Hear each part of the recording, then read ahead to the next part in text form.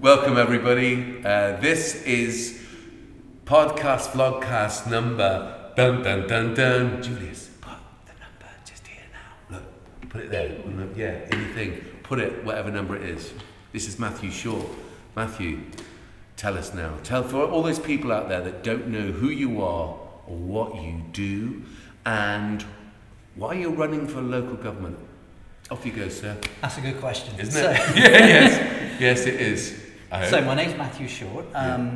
In the daytime I have a chocolate business based in Corsham called Lick the Spoon with my wife. Lick the Spoon. How good is that? Never too soon to lick the spoon. Yay! Hey, this is the whole podcast. We're just here to advertise this man's fabulous chocolate. That's not actually why I'm here, but yeah. No. So yeah, Well, chocolate by day, and somehow I've now put myself forward for independent town council candidate for Hardens and Central wards in the town council election. So about a month ago, I hadn't even considered it, but you know, I've been kind of on a journey for 2.5 years now.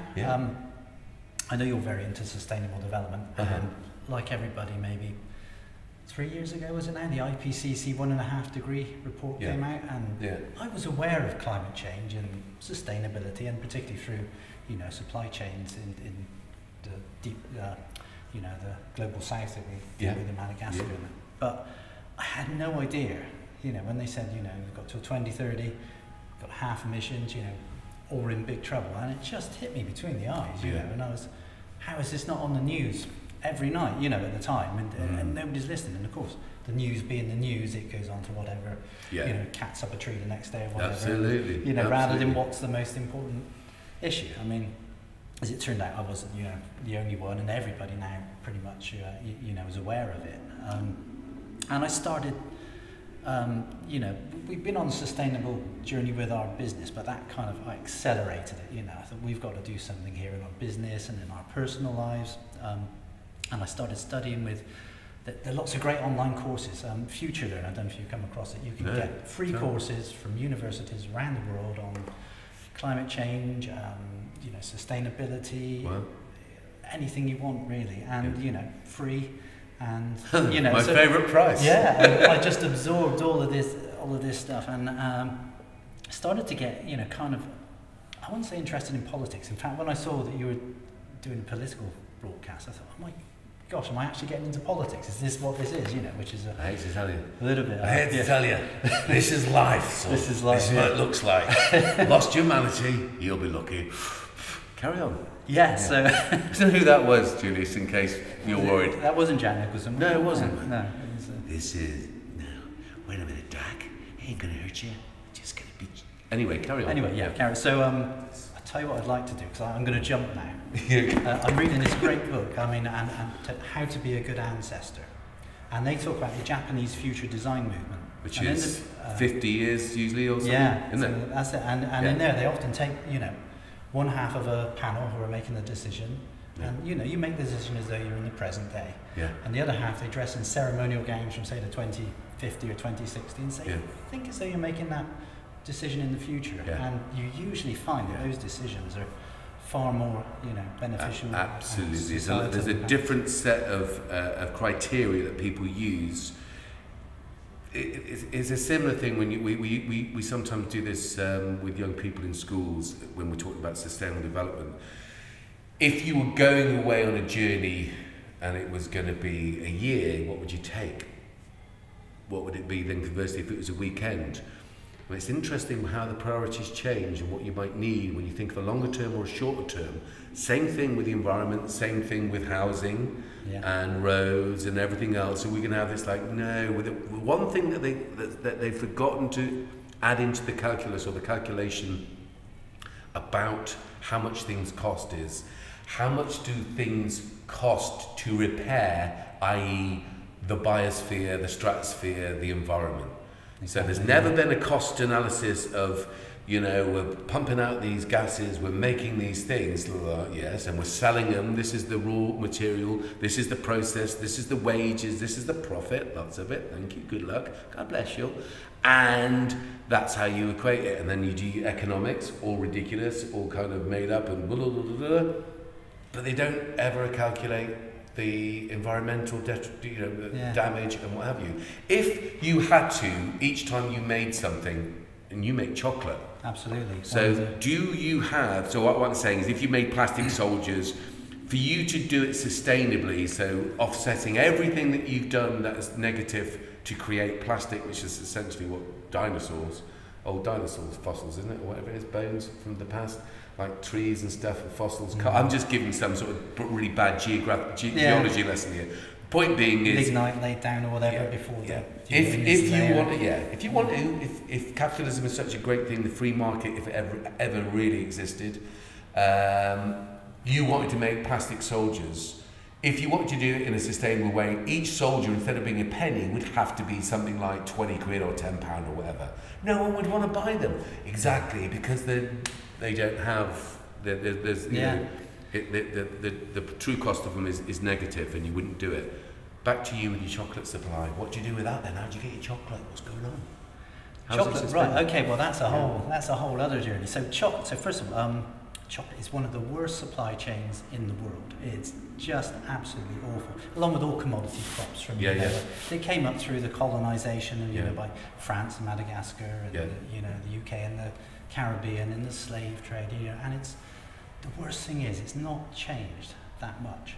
In 2004, the US Department of Labour did their first analysis on number of children in child labour in West Africa, Ivory Coast, and they estimated 15,000 at the time. And all of the great and good chocolate companies, Nestle and Cargill, mostly US ones because it was a US company, got together and said, right, this is terrible. We're going to work to end child labour in Africa. Cut forward, the latest one came out November last year, I think it was, November, December, looking at the sort of 2019 harvest, 1.5 million children in child labour in West Africa. Wow. And this is not children who work for their families and then do a couple of hours after school. Yeah. These are children who've been trafficked, stolen, taken from Mali and Burkina Faso and taken hundreds of miles. Some cases sold by their families because they just don't have the money. And then some go to school a little bit, but mostly not go to school. They use machetes, pesticides, and there's some cases where some who've, even when they try to escape, they've had their feet cut. And things like that to try. And you're saying that major companies? Well, I don't need to know. It's every every major people can company. watch. They can research this, can they? So have a look at. There's a great YouTube video made by a guy called Mickey Mastrati called "The Dark Side of Chocolate." So the dark side. Mickey Mastrati, Julius. We're going to get this name. We're going to get this name. This is interesting. He's he's got another one going on because there's a whole story that's progressing with this. And there's a guy called Terry Collingsworth, who's a human rights lawyer, very small, independent, and he's taken all the big companies to the US Supreme Court. Wow. He's been trying for 20 years to do this, and they've had great teams of lawyers, batting the case away. And finally, last August, I think it was, he got to take it to the Supreme Court. And now he's issued another writ naming all the chocolate companies. Yeah. He's also taken Tesla to court for cobalt mines in that's the other thing. Everyone talks about electric cars and stuff, cobalt and the mining of it and environmental replenishment, but also it's like blood diamonds, isn't it? I know it's and it was all about chocolate here as well. How could I not have a decent conversation? And uplifting. You make chocolate. Well, there is a different way of doing it. This is the next bit I'm really interested in. So you've just set those people up. And we're talking about massive, massive companies. People at home, research what this gentleman's saying. See where all the raw materials for all those big companies. We shan't mention any of their names. But Ambassador, you're spoiling us. Tell me more, Ambassador. What is... Well, if you want to know about, look into Turkish... No, I don't want to. We can't talk about people like that. They're going to shoot me as it is, man. Listen, just quickly, if I wind up dead of COVID or anything... Hazelnuts. Look into hazelnuts. Oh, God, go on. Turkish hazelnuts. Yeah. Well, 40% of the world's hazelnuts come from Turkey. Yeah, lovely country, lovely from people. From about several 100,000 small farms, set up in the 1930s, mostly under a big bid to grow hazelnuts there. Not one single farm has been found to practice fair labour practices. In Turkey, which is trying to get into the EU? Not one single farm. Wow. When they've been independently. They mostly have, the coyotes, they call them the middlemen. Again, it's refugees coming over from Syria and their families because their farms have, disappeared, or they can't farm because it's too hot there. And all of these farms are built on hillsides, so they're tying their kids to rocks so they can go down these cliff edges to harvest hazelnuts. Look, and man. it's People, listen. This is Turkey, where we go on a holiday for. Yeah, people, whatever. You've got to check this out for yourselves. There's no point me purpling on like a thing. Trust me, this is fantastic stuff, by the way. Just what it's got to do with local politics, you're about to find out, because everything's linked. People think, oh, there's nothing to do with this. It is all connected. The world is all connected. Of course, it's trade and all the robberies and the establishment of colonies and whatever. How do you get around it? Then not around it. What's your moral and ethical stance on it? We started off. And have you brought any today? I did actually bring one bar. Yeah, I didn't bring a whole load. Is it vegan? Yes. Because I didn't want to bring you. I didn't want to be seen to be kind of trying to bribe the. Listen, you already have. Everything you want to be vocal. I'll swap you there. We're going to give you some of our can-do apple juice. Fantastic. And it is. And I didn't like apple juice. I'm serious. No, carry on there, mate. So how do you do yours? Well, we started off kind of intuitively. We always felt, because we're chocolatiers rather than chocolate makers. What's the difference? Well, we a bit like a baker, whereas we don't grind the wheat. Yeah. We sort of use the raw material to make cakes. So we make filled chocolates and you see my face is kind of my wife. Easter eggs. So we use it as we do a small amount of chocolate making, but we've come to work under a scheme called Raise Trade, set up by a guy called Neil Kelsall, who I met in 2013 at a conference for the first time. Mild-mannered Lancashire guy. He sounds quite like me. Hey, yeah, former engineer who used to travel around, and he came to the conclusion that he needed to do something, and the best way was to help people help themselves. Yeah. So he did it with coffee, where he got them to actually roast and bag up coffee rather than exporting a commodity crop. Yeah. And he did it with wine, where they rather than just exporting great big vats of wine, they were bottling them and labelling them and branding them. Yeah. Cashew nuts in Mozambique did the same thing as well, and but the biggest success has been in Madagascar, which quite a huge cost to them a while ago. They went bankrupt a few times. They've had political instability. But the idea is that rather than, because it's an old French colony, they had this old legacy of French chocolate factories there, Chocolaterie Robert from the 1940s, the Malagasy kicked out the French, but they've still got the chocolate factories there, and this factory now in Antananarivo, in the capital, is one of the few kind of bits of industry there already.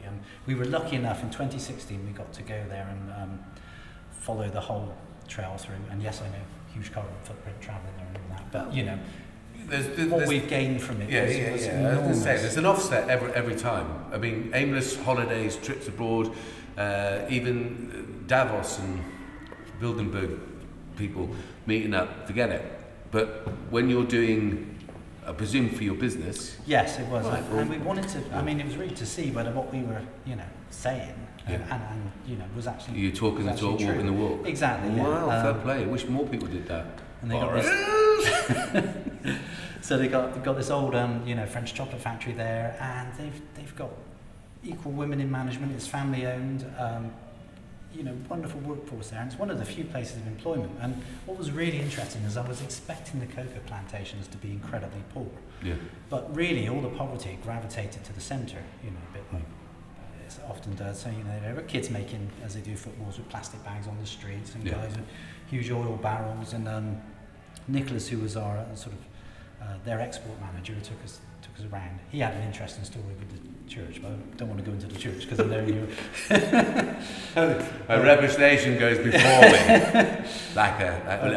Thankfully, there isn't an afterlife, so I don't have to worry about that. Just do the best you can with this life, people. He did an exchange program with a Welsh church, because strangely Welsh missionaries have got a connection there that's stayed, and he worked in the Rhondda Valley in a gift shop. And kind of learned his some accountancy skills and English with a Welsh lilt there. Yeah. And he's now their export manager. So some good's come out of that. And his wife Hanta's a social worker, and they set up a children's home for girls over there, because there's no social care in Madagascar. So you know, the courts bring, you know, children off the streets or with difficult families, and you know, they educate them. If they're older, they teach them, like this wonderful bag, you can't see it, but they do basket making skills. And that bag? That's fantastic. Do you want to get it? Yeah, why not? Because otherwise people aren't going to get it. That is gorgeous. So that's really practical as well, isn't it? Oh wow! Can you show that to the camera? That camera here? This camera? Do you want to just get a little close up on that while we've got it in our whatever? That is lovely.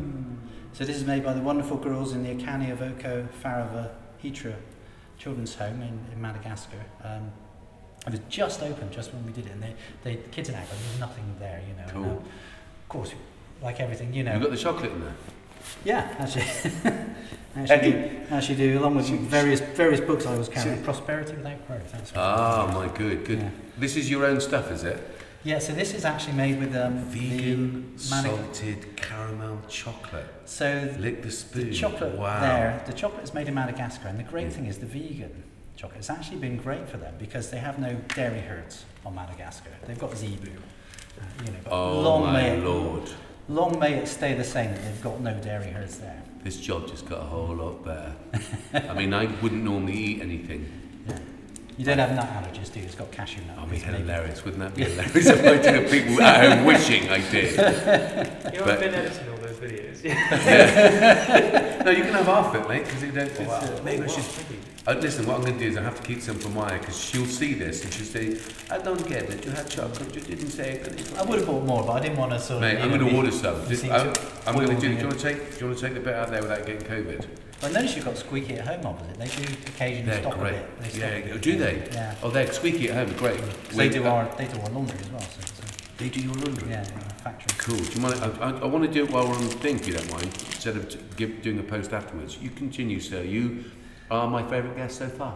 Thank you. Yeah. So it's made with so the cocoa is grown on Madagascar. It's grown in the Sambarano Valley, which is we did this whole journey where the capital is in a much cooler region. And they became the first African country to export a finished product of chocolate.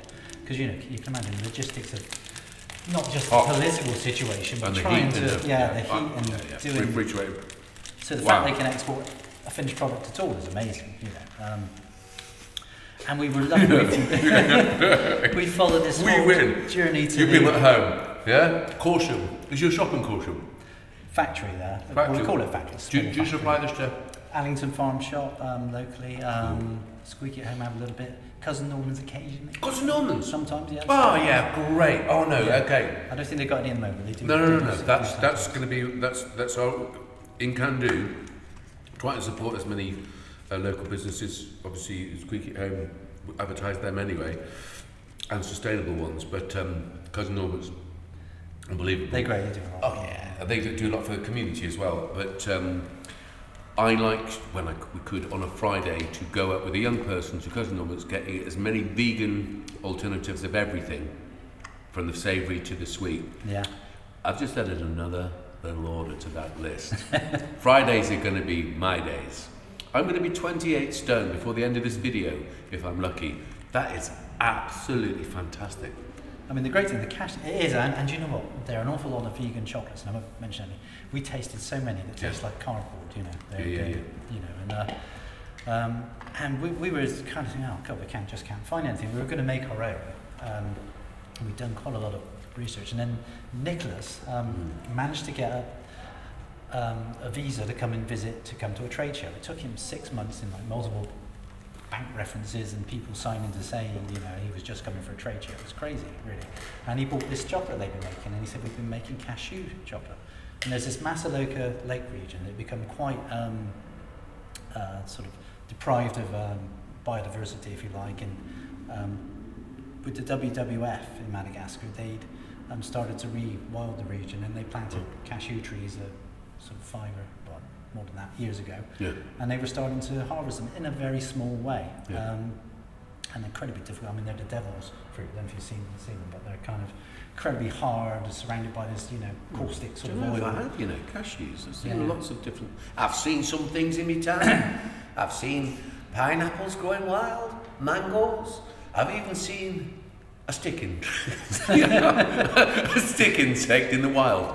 Have you seen a stick insect in the wild, Louis? You can talk, you know, with Louis's brother.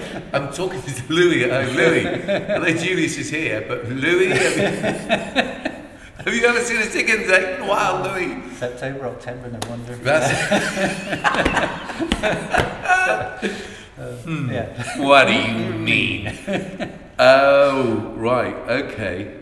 Okay, back to cashews. I haven't seen them, I don't think. I can't think. I've seen walnuts in Croatia. So, yeah, it's been great because they were importing milk powder to try and make milk chocolate from New Zealand, so which wasn't great, you know. Wow.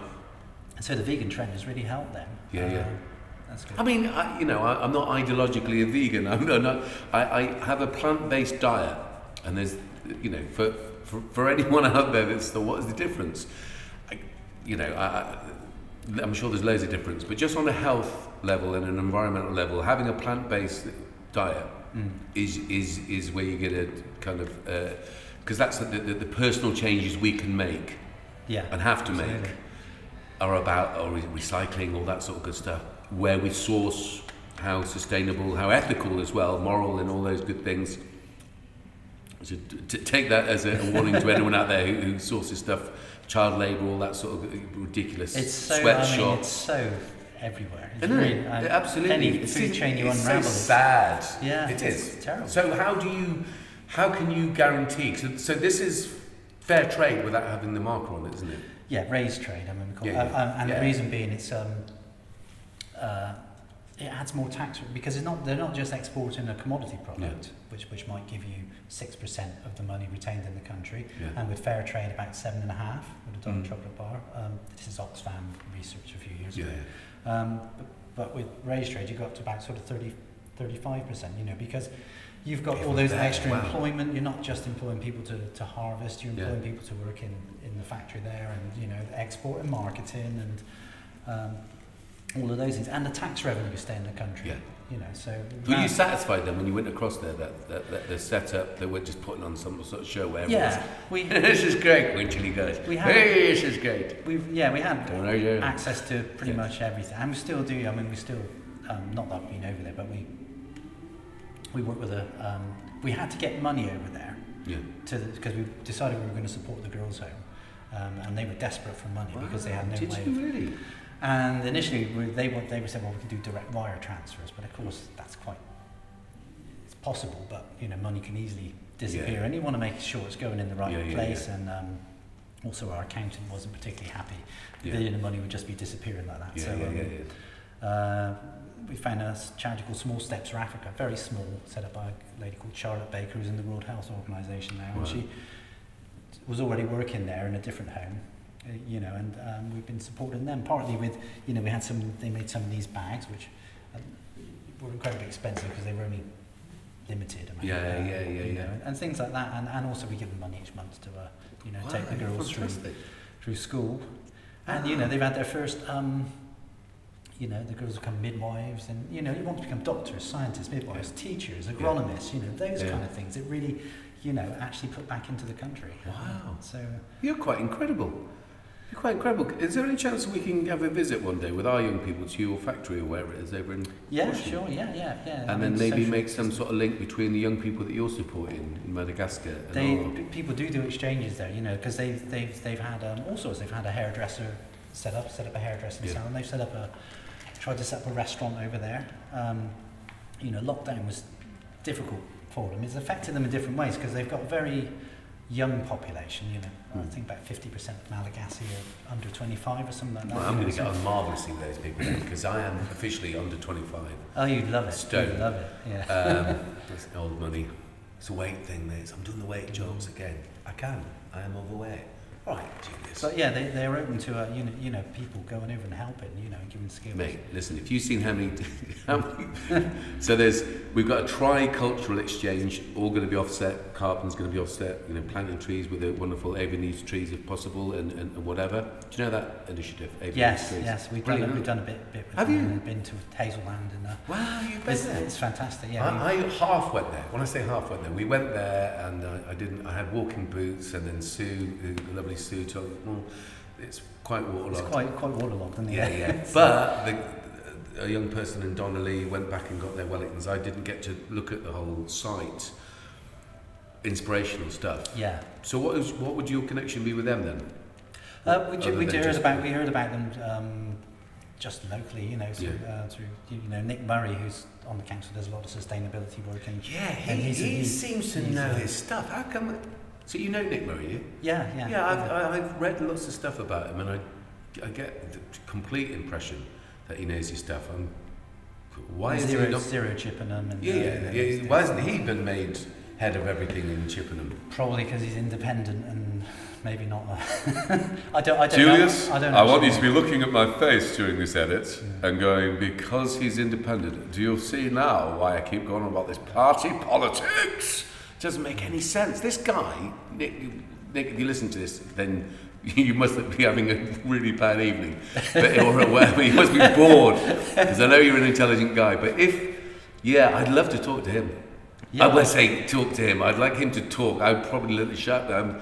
I've been, not just because I've been eating your wonderful chocolate, but what you're saying is a real model. You know what I mean? It's not a theory what you're talking about. You've seen a situation. I try to. It's not perfect. In fact, it's not. But Christ, I wish everyone was trying to hardest you. Yeah, but you know, trying. If everyone tried their hardest and tried to access the information, I know sometimes it's made very hard. Deliberately, it has been through ages. People that had you go back to John Renbourn, whatever it is that John Renbourn is a musician. Freeborn John, the Leafleteers, the Leaveners, not the bands, the people through British history, English history, Civil War.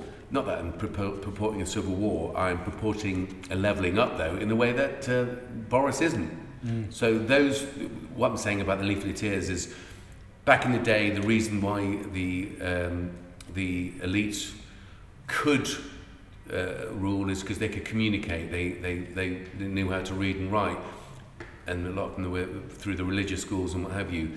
They kept information and they controlled information. When the Leafleteers, and again, everyone look at this up and get a much better articulate description of what I'm talking about. Freeborn John standing up to communicate another type of narrative, possibly a truer narrative of what was really going on, and obviously he was persecuted for that. I can only imagine what's going to happen to me and my supply of chocolate once people start getting annoyed about these podcasts.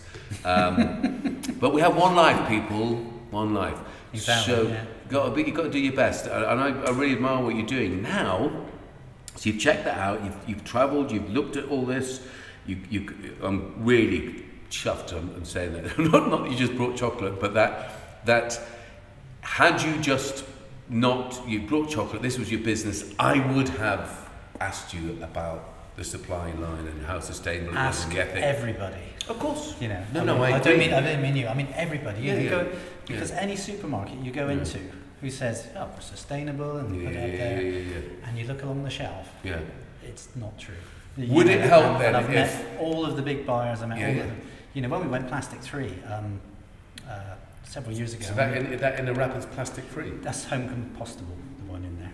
Not perfect, and I've tested it and I composted it. But listen, this is what everyone needs to be looking at, isn't it? Not this. You can look at it, I'll look at it for you, and then I'll eat it for you, and then I'll go, nice. But looking at every aspect, from the ink that's used, from the paper that's used, from the plastic or non-plastic, and then the supply source. If this is an analogy for society, how are you going to transfer your learning in this brilliant model that you've talked about, and you talked about how people are exploited to get hazelnuts, etc., etc., etc., right? So you've talked about some of the problems in a way that people probably have never even thought about before. Now, when you look at your favourite chocolate, wouldn't it be great if we as a society said, right, for the next, 6 months, just for a laugh, we would only buy local products, only buy local. Second-hand or local. So second-hand clothes, unless you're independent and you get your materials ethically sourced, and what have you, sustainably sourced. But any food products, anything that was local. I know that you're getting the raw materials, but how you're doing it is in the realms of moving forward and acceptable and a moral and ethical way of doing it. So fantastic. How's that going to translate into your local politics? Ooh, segue! There. Yes? Have you got any more segues? No, I just used the last one on this gentleman. Brilliant. Okay, shall we go into... Yeah, okay, so because I'm saying, what you're thinking... Yeah, well, whenever you start, I mean, I'm sure you've come to this as well, because we came to the Sustainable Development Goals. Yeah.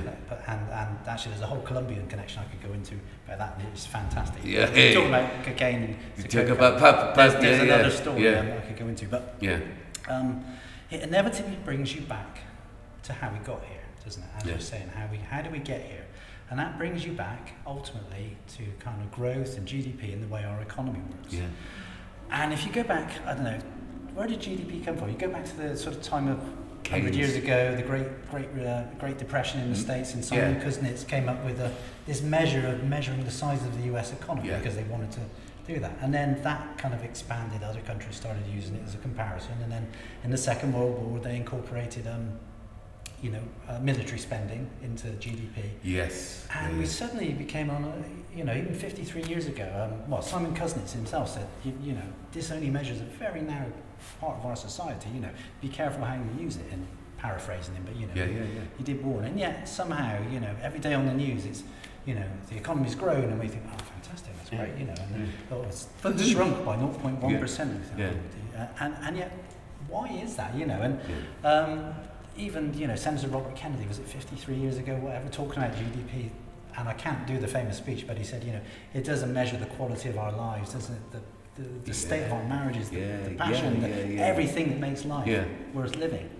And then, of course, the other thing you come to is, if you have, say, 3% growth a year in the economy, 24 years you've doubled the size of the economy. Yeah.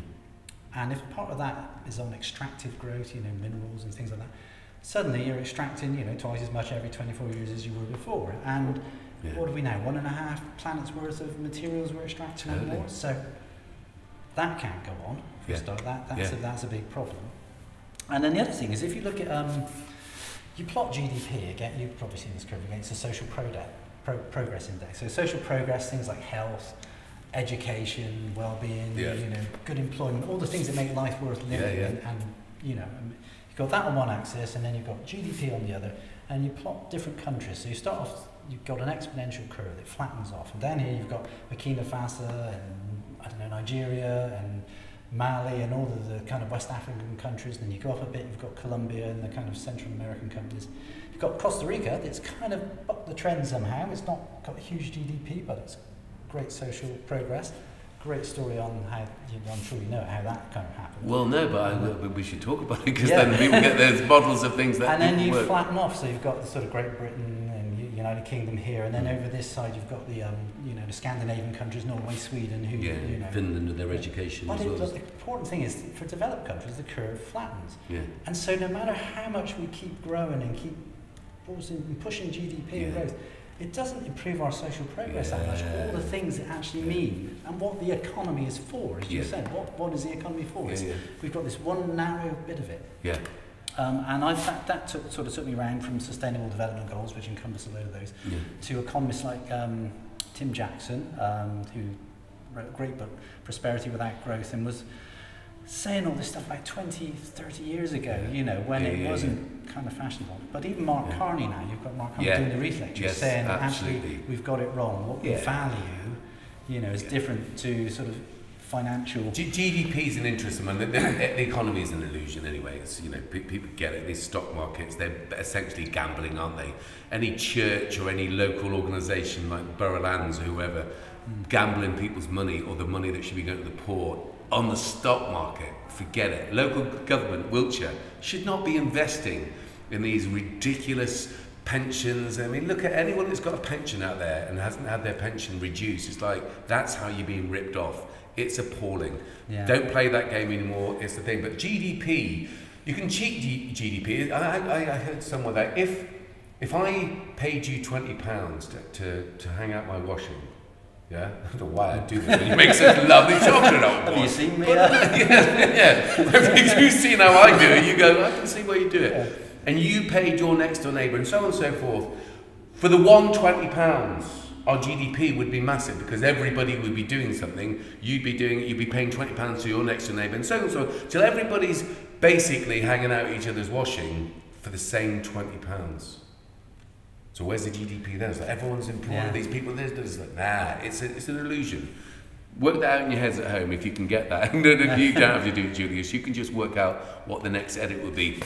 I can see him. Donut economics. I didn't bring any donuts down, but there's a lady called Kate Rayworth, Oxford economist, who kind of, just like we're talking now, went right back to the start and said, hang on, economics 101 has got this growth, but where did all this come from? And she's completely reimagined it and putting it to work in Amsterdam. They've adopted donut economics, and so let's just put donut economics. So picture a circle, just a little picture a nice big juicy donut in front of you, and the inner side of the circle, things like we talked about health, education, welfare, the things that in Chippenham make life worth living, the arts, being able to earn a decent living and food and shelter, all of those things. And then the outside of the donut are planetary boundaries, essentially, things like climate change, things like nitrogen runoff and phosphorus usage, ocean acidification, all the things. Soil erosion. Soil erosion, exactly. We're part of this biosphere. We're not separate from it. And everybody part of nature, not apart from it. Come on. And you can see it for they've got. We've joined it as our company. We've got invited. She set up an action laboratory for local authorities.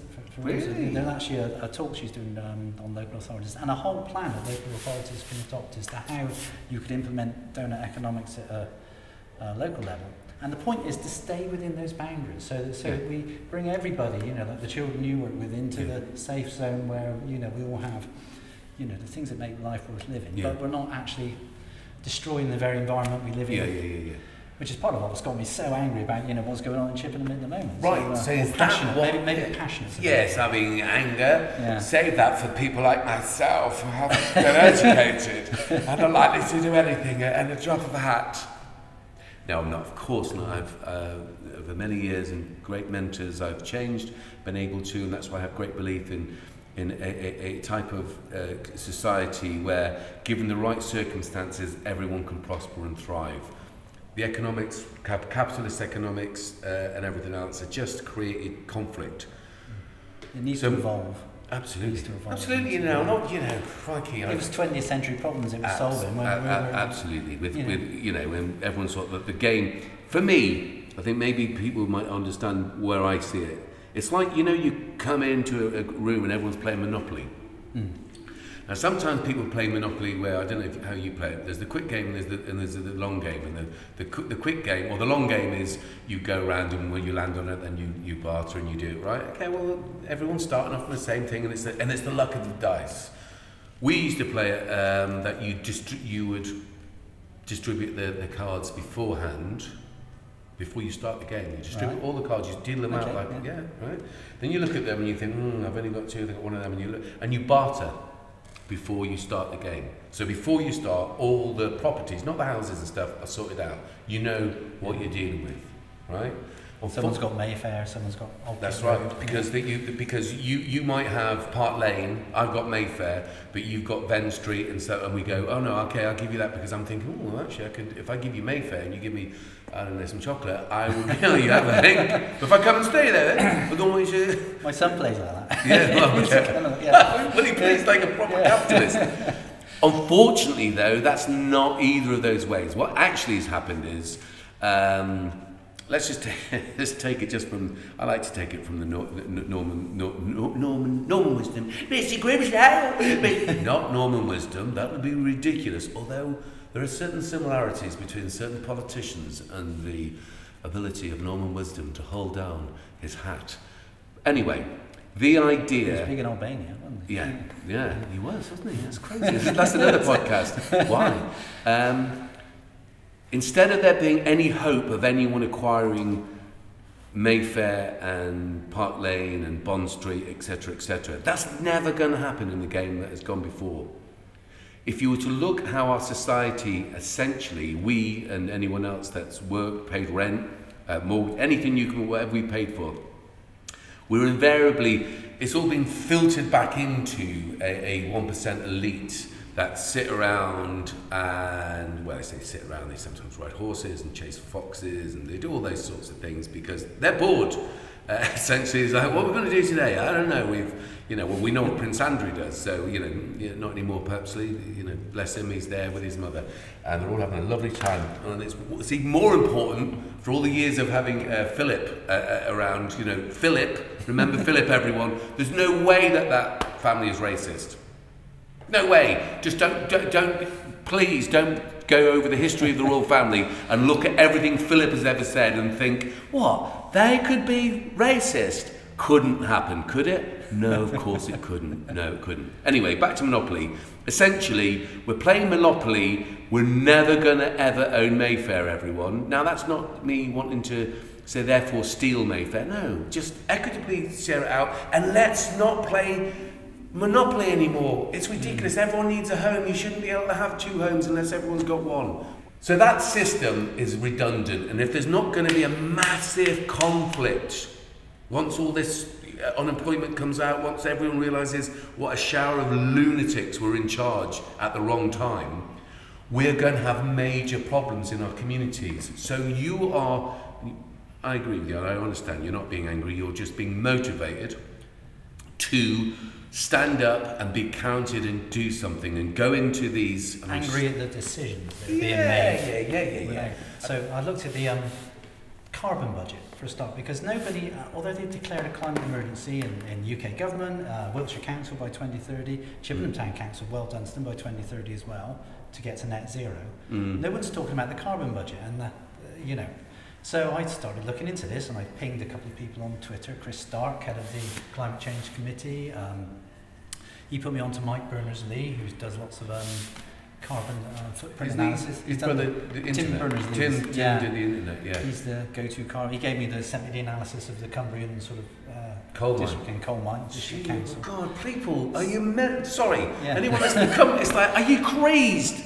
Are you crazed? You think that's an acceptable way of moving forward as a country? They've called it in there, but whether that's just to delay the decision until after the That's COP. because, you watch. You see all the Conservatives that have been voted up, the old red wall, the blue wall, no wall at all, not even Hadrian's Wall, everyone. We need to come together as community, society, and go, you just can't do it. So, you can't have that much steel then, or you have to recycle all the crap that you've made before, and you can't keep travelling abroad, you can't have aeroplanes, you can't have British Air, we can have British Air, you can't have Virgin. I like Dick Pickle, he's a good lad, but, gold diggers, but it's like, that's an old game. Carry on. I've worked out a figure for Chippenham of 1.69 gigatons of carbon. What does that mean, you say? What that means is Chippenham...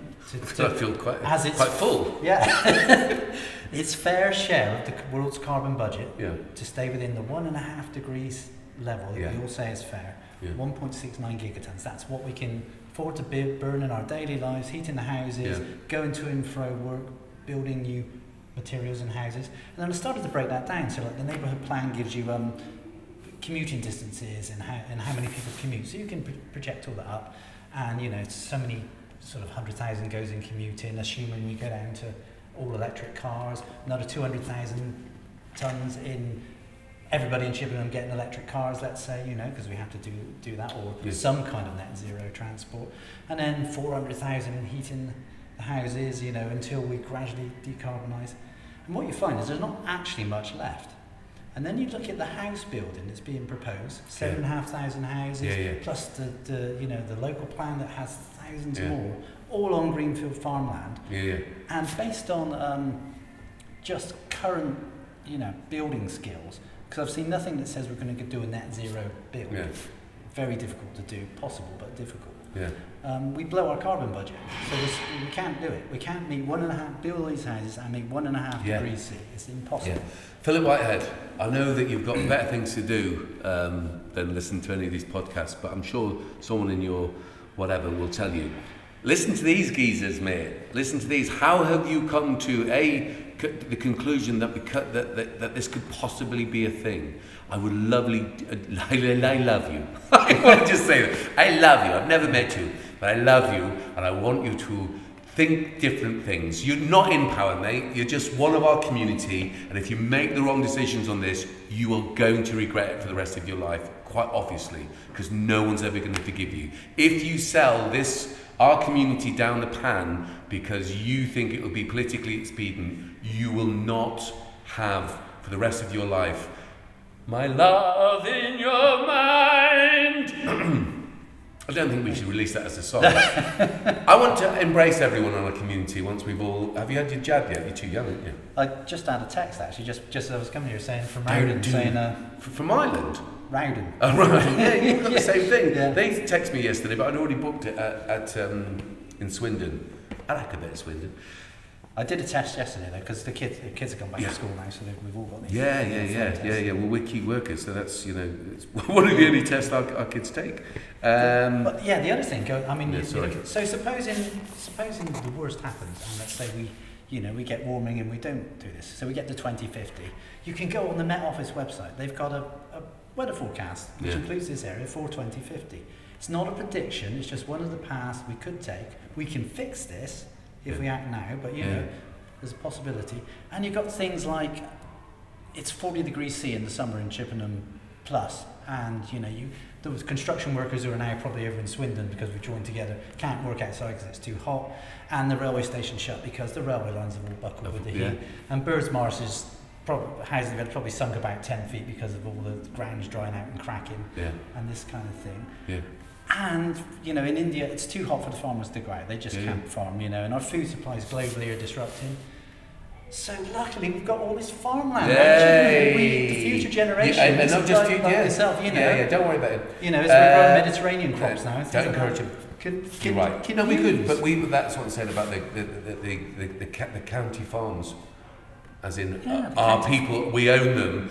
We could learn. We could all do apprenticeships, on land management. We can locally source, seasonally sourced, grown fruits, plants, wheat, oats, whatever. Make oatmeal. Do that. Be self-sufficient, not as a town, as a community. We share our common land with lots of towns and villages. We need to come together. Agricultural college at Lackham who are looking into the sort of future farming. Do you know what, this building here, 13 years ago, not this particular unit, we were looking at opening a shop here, we thought it was possible. And at that time, you start looking at these things, and if you're a young person in, say, Lackham College or Wiltshire College, you think, I'd want to start a business. And you look at the rents on these units, and you think, that's to buy the place, surely that's not an annual rent. And, good on them for giving you this space to work on now. But I had a look last night. This shopping centre development owned by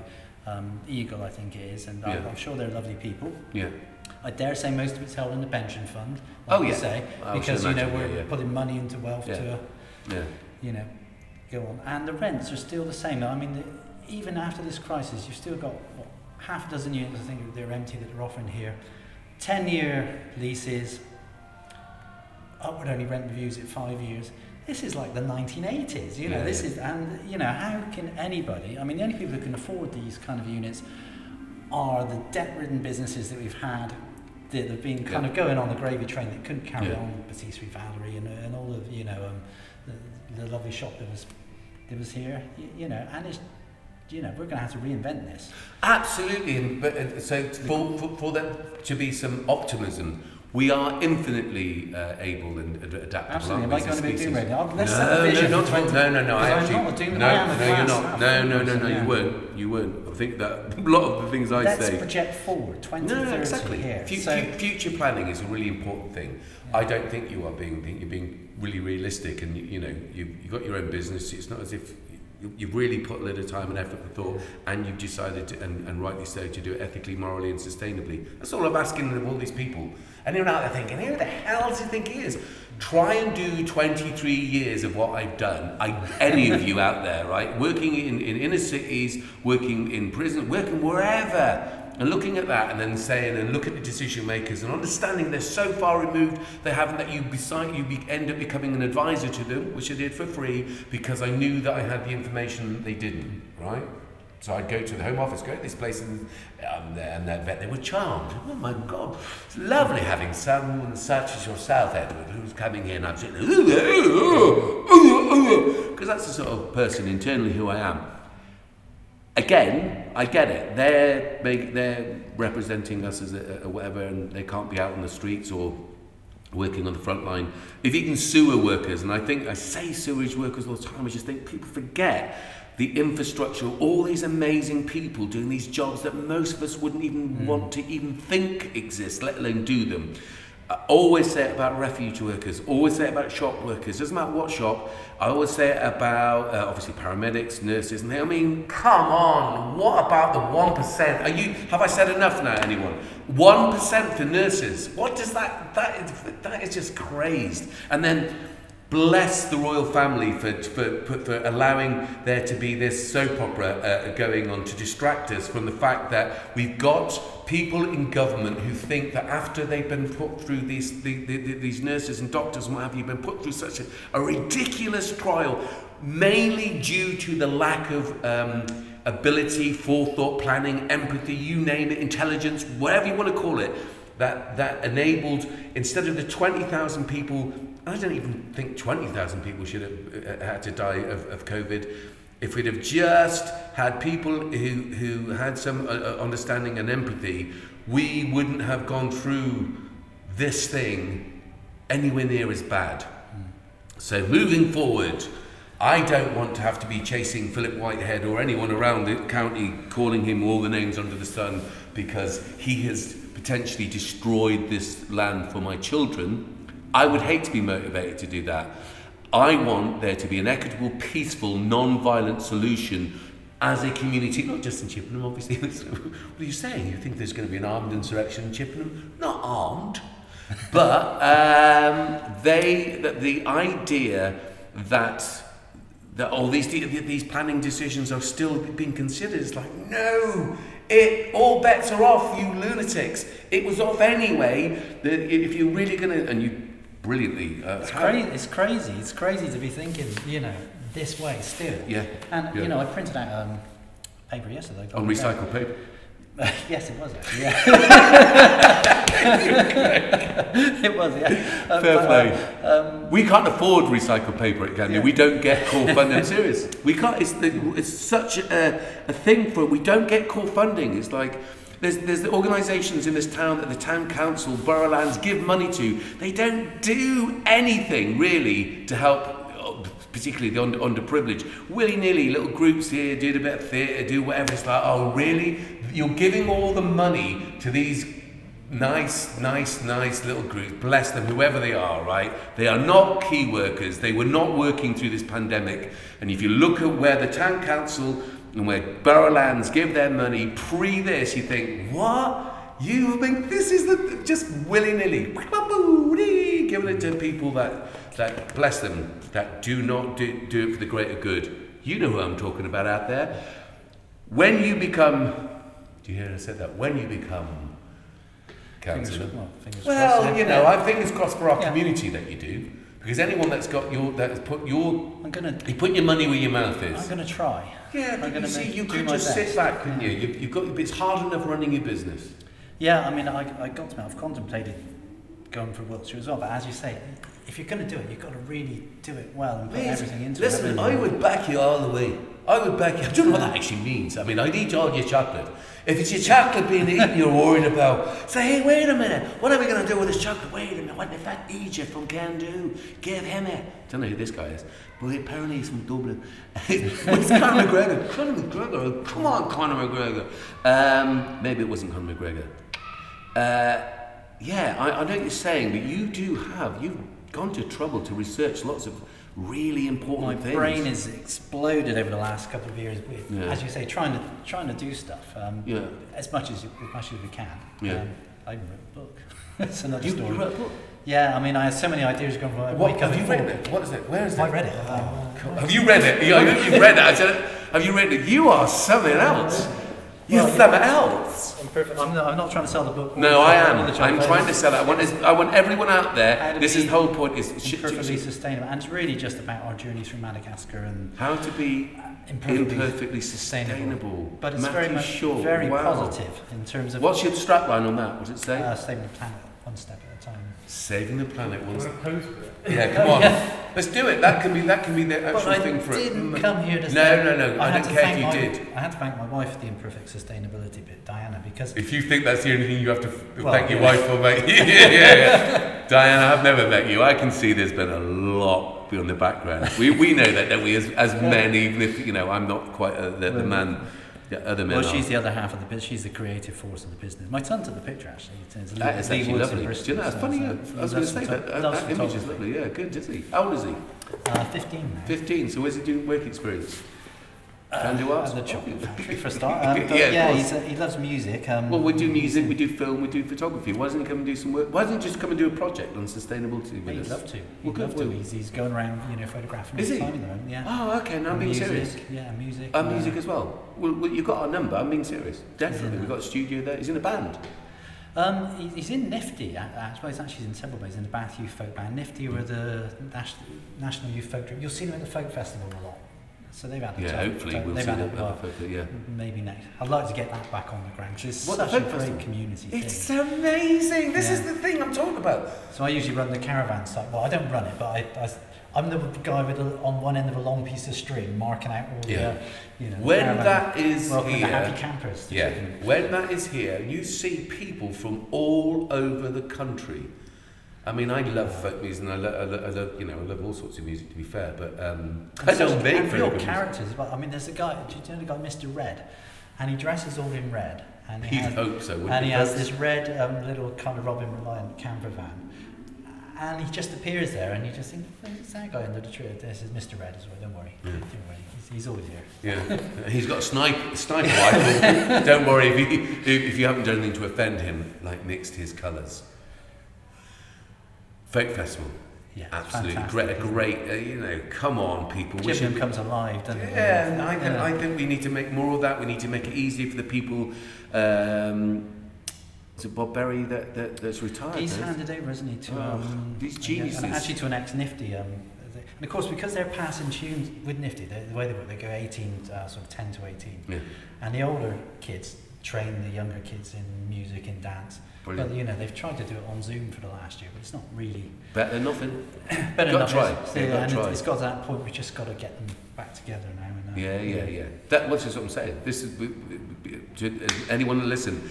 It ain't maths and English that our kids need to mildly maybe some of the academic stuff. It's the emotional stuff. It's the mental health. It's the well-being. It's the socialisation. We need. Shame we haven't got a thing like a community centre where the young people could hang out in. Yeah. I don't know. You know where that car park that's by the bridge. We used to be called the bridge. Oh my God, that's where the bridge centre was. A few wildflowers. Anyone out there that was involved in knocking down the bridge centre, voting on it, please get in contact with me. I would love to talk to you about your regrets. And if you haven't got any regrets, I want to talk to you about your mental well-being and your psychopathic natures. Right. Well, maybe you get to 2030 and this shopping centre has changed use, maybe...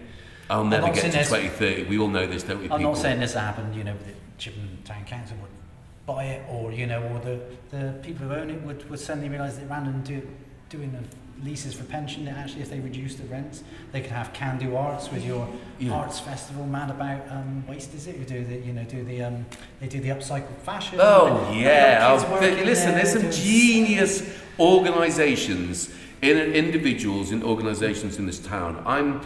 I just had enough of acquiring all this knowledge from all around the country, and then watching as badly fitting shirt. Welcome to the club. I'm going to have to go into spandex after this. After that chocolate, I'm going to have to do it this evening. I think it's just you look at these well-meaning people, and not just councillors, but people that work in councils who for whatever reason ended up working there, and they try and protect their, I always call them pension protectors. They never made any decisions that didn't concur with the people that were in power. It's like, no, you need to advise these councillors, because as I've said it many times before, the brilliant councillors, everyone knows them. The ones that are just there because they have not got anything better to do, need to move over now. You shouldn't even seek re-election. If you, in the last, I don't know, let's just say in the last 4 or 5 years have struggled to understand any of the concepts with regard to anything to do with sustainable development or society or community, or even struggled to imagine your shoes being tied, then you should not be doing it. And I'm not being cruel to you. I'm not going to come up to you in the street and say, you're the person I mean, but you know who you are. Yeah, don't you? You know, yeah, I don't know why I've been doing this. I haven't got the best interest of everyone at heart. You, sir, though, appear to have. Now I'm going to scrutinise you from now on. I'm going to start by eating every part of your vegan chocolate selection.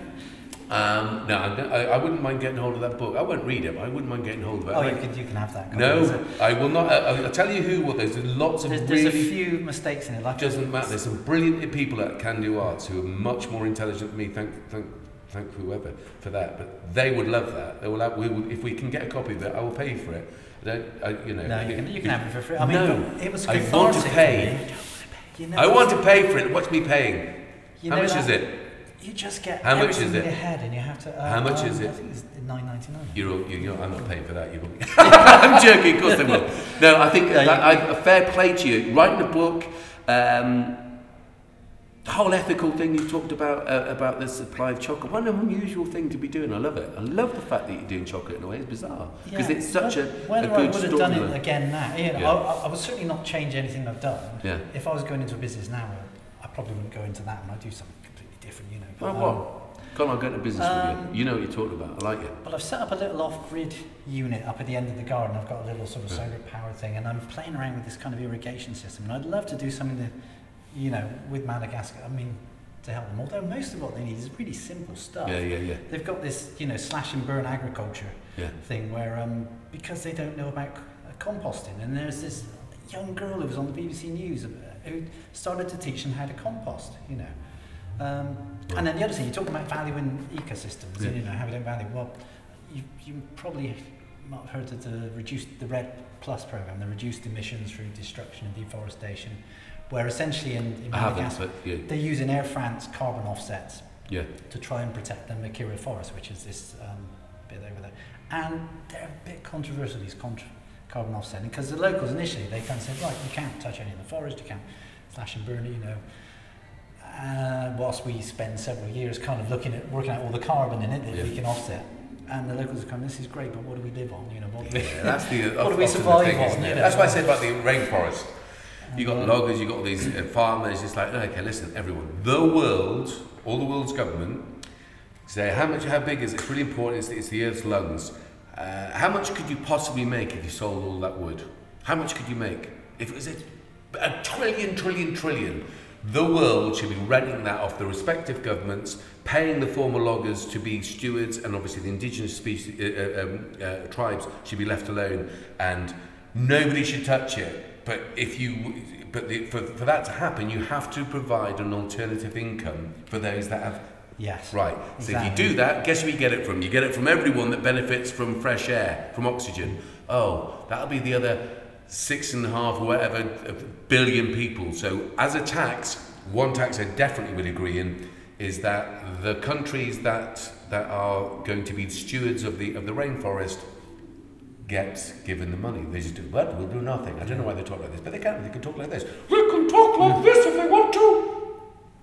I don't care. Well, they've actually started planting cocoa in the forest now as shade trees under a program, because it naturally, you know, in West Africa they've deforested everything, and it needs shade trees. It naturally grows under the rainforest canopy. So they've started doing this gradual planting there and trying to give, you know, again, an income. Cool.